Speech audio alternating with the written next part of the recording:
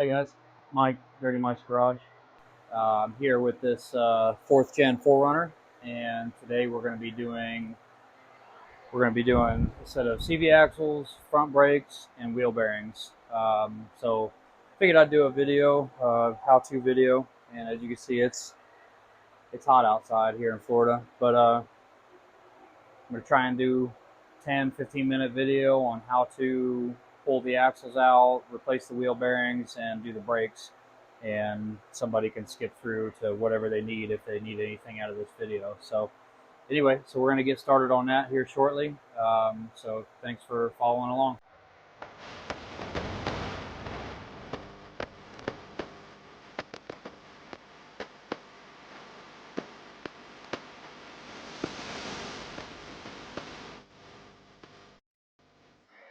All right, guys. So we got this 4runner up on the jack stands.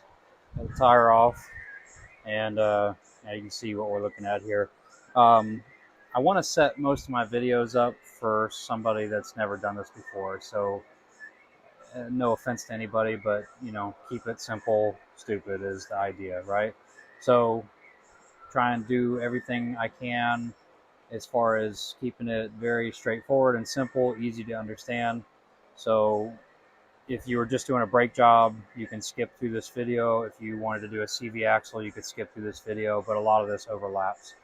So anyway, we're going to be ultimately getting down to replacing these CV axles and the axle seals. We're going to do new rotors, new pads, and also a new wheel bearing that's in here as well. On these 4runners, these are bolt-in style wheel bearings. That does make it nice.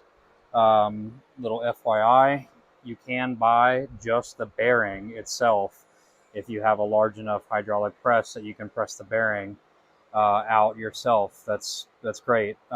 It's much easier just to replace the whole assembly. A lot less headache. It's a little more expensive, but it is definitely worth it. So anyway, what we're going to do is we are going to start disassembling everything. I'm going to start with compressing these caliper pistons, taking the slide pins out, these guys here. We're going to take these pins out, and I'm going to take 2 screwdrivers. These are the old pads, so no big deal. You're not going to hurt the pads. We're also putting new rotors on it too. But we're going to pry these pads out. What the goal is to push all 4 of these pistons back into the caliper all the way, so when we go back together, the new pads have plenty of room to slide in, because the new pads are going to be much thicker because they have more life left on them, or more pad material, I guess you could say. So after we do that, we'll pull the pads out, and then we'll unbolt these brake calipers. There's 2 bolts on the back side, which I will show you. And we're going to unbolt this 12 mil right here to give us a little bit of wiggle room so we don't completely bend this hard line up. This hard line, it's hard not to, bend as you're moving the caliper and stuff around. Just be very careful not to bend it too much and not to kink it, because if you kink it, it'll crease, it'll cause a blockage in the line, it could start leaking. So just be careful with that. But anyway, after we get the caliper off, then we'll pull the rotor off. This cap will come off. There's an axle nut in there. We'll take the axle nut off. We'll go ahead. At that point, we can unbolt the wheel bearing, take the wheel bearing off, and then we'll start getting into getting the axle out. So that's what we're going to start on now.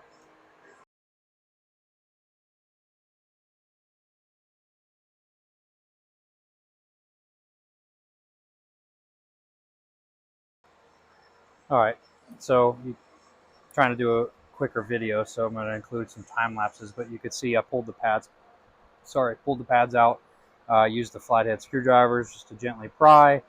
You want as even pressure on both sides. If you push one side in, it's going to push the other sides out, because this whole caliper has fluid going through it. So you want to try and push both sides out at the same time. So we did that. The slide pins, they're right here. You can see these guys are pretty rusty and crusty. We're going to clean these up real good before sticking them back in.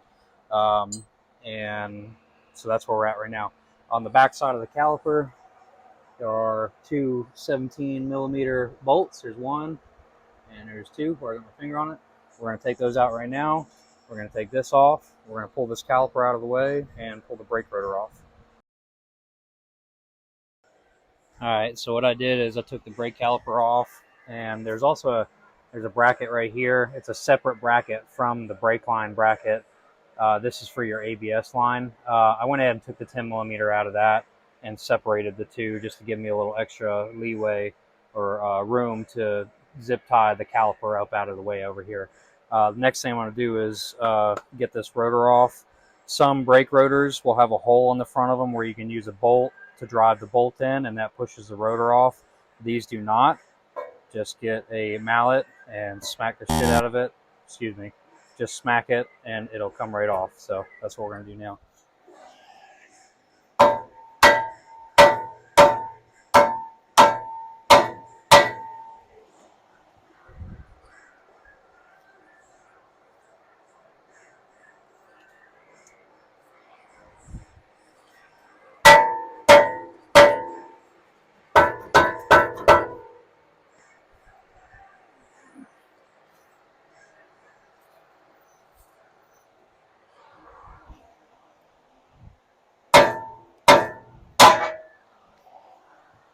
Just got to hit it with your purse. There's your rotor. Get that out of the way. All right, so now give you another look at this. Get my hands out of here. All right, so here's your wheel bearing, okay? And I'll show you the new one in a second. That's your wheel bearing assembly right there. All right, and you can see your CV axle right here, and it goes down into the diff. Now you got to get this axle out of here, okay? So what we're going to do is we're going to take this cap off, and there's an axle nut in here. We're going to take that axle nut out. Once that's loose, then we can go ahead and unbolt this wheel bearing, and these sometimes get stuck in these spindles pretty good, so that'll be fun. We'll get that out of there though. And then once we get that done, then we need to get the CV axle out of here, and the best way to do that is to take the lower ball joint bolts out. Not the bolts on the actual joint itself, okay, but the two bolts on the bracket on each side of the ball joint. You take those out, and that will separate this spindle, and you can literally just pick it up and out, and super easy to get that axle in and out of there. All right, got the cap off here. There's not really, unfortunately, there's not a good access point to get these caps off. Sometimes you bend them up a little bit. You can usually bend them back into shape and they'll still seal up just fine. If they don't seal up perfectly, it's not the end of the world, but this is basically just a dust cap, and it keeps this, you know, somewhat clean in here. You can see we got a cotter pin, so we'll take that cotter pin out. This is just a little a keepsafe, I guess. I don't know what you want to call it. It's the cotter pin goes in here, that locks into the cotter pin, and then the nut on the back side locks into this piece here, this little sleeve, and that keeps this from, this piece right here keeps the nut from backing off or turning. I guess it's easier to do it like this instead of the nut be a castle nut, I guess. But anyway, so that's where we're at right now. We're going to take this guy off and then start working on the wheel bearing itself.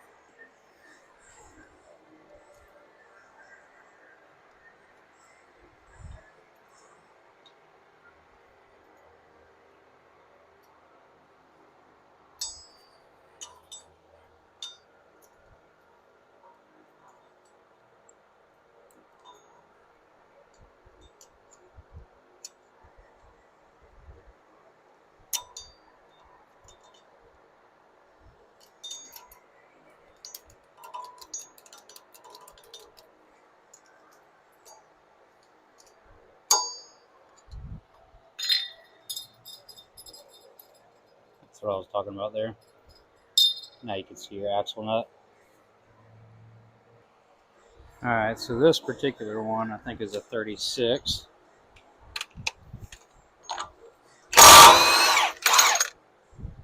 All right, we'll take the mallet and make sure that it moves. You just see the axle. It's not going to come all the way out because we still have to unbolt everything. But before we do anything else, I want to get this wheel bearing out of here. So that's what I'm going to do next. All right, so these are 4 17 millimeter bolts. So I'm going to break them all free.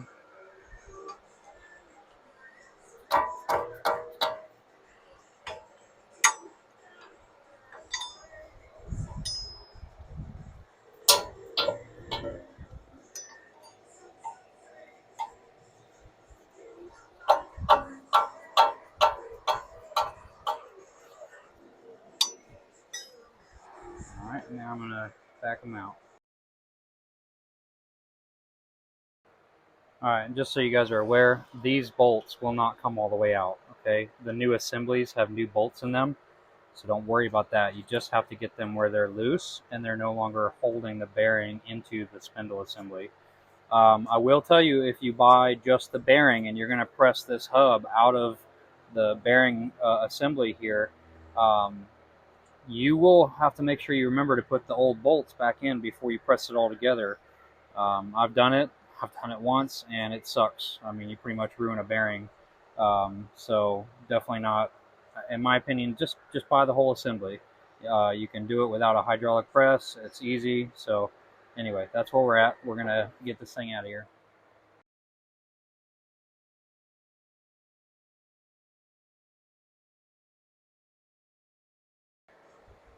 All right, you can see I got the bearing out. You see what I was saying with the bolts. These will not come all the way out. It's a pain in the butt to get out. There's an O-ring on here, and O-ring's right here. Okay, so it's pretty snug fit. And don't forget when you go back together to put your dust shield back on. I'm going to set that out of the way. You can see right now our axle is nice and loose. Okay, and you can also see the bottom two bolts right here on the ball joint. Those are what we're going to take off. And we're going to probably just leave this like this, take these two bolts out, and then we'll get the axle out. But it looks like, I think what I'll probably end up doing is take the lower splash shields and guards off to make it easier to get in there. So that's what we're going to work on next.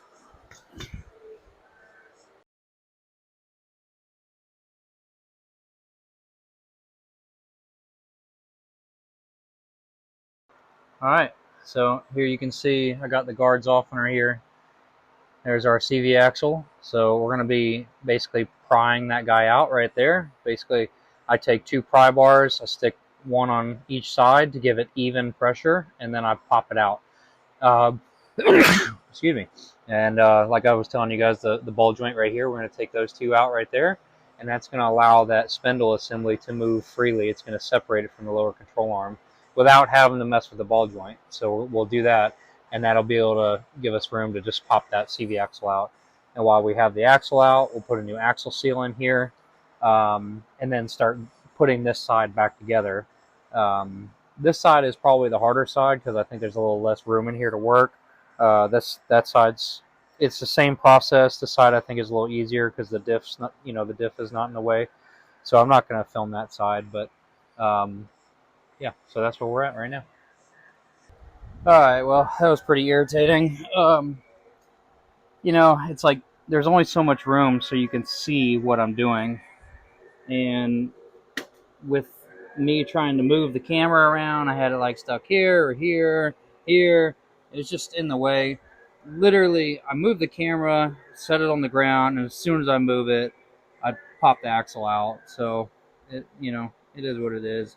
Anyway, if you can use two pry bars on each side of the axle, usually it'll pop right out. Just, it is a struggle if you're too close to the ground, to swing the pry bars around. So anyway, so that's where we're at right now. I'm going to go ahead and unbolt this guy right here, and we're going to take this spindle, swing it out of the way, pull the axle out, and then we'll place the axle seal right there. We're going to do that now.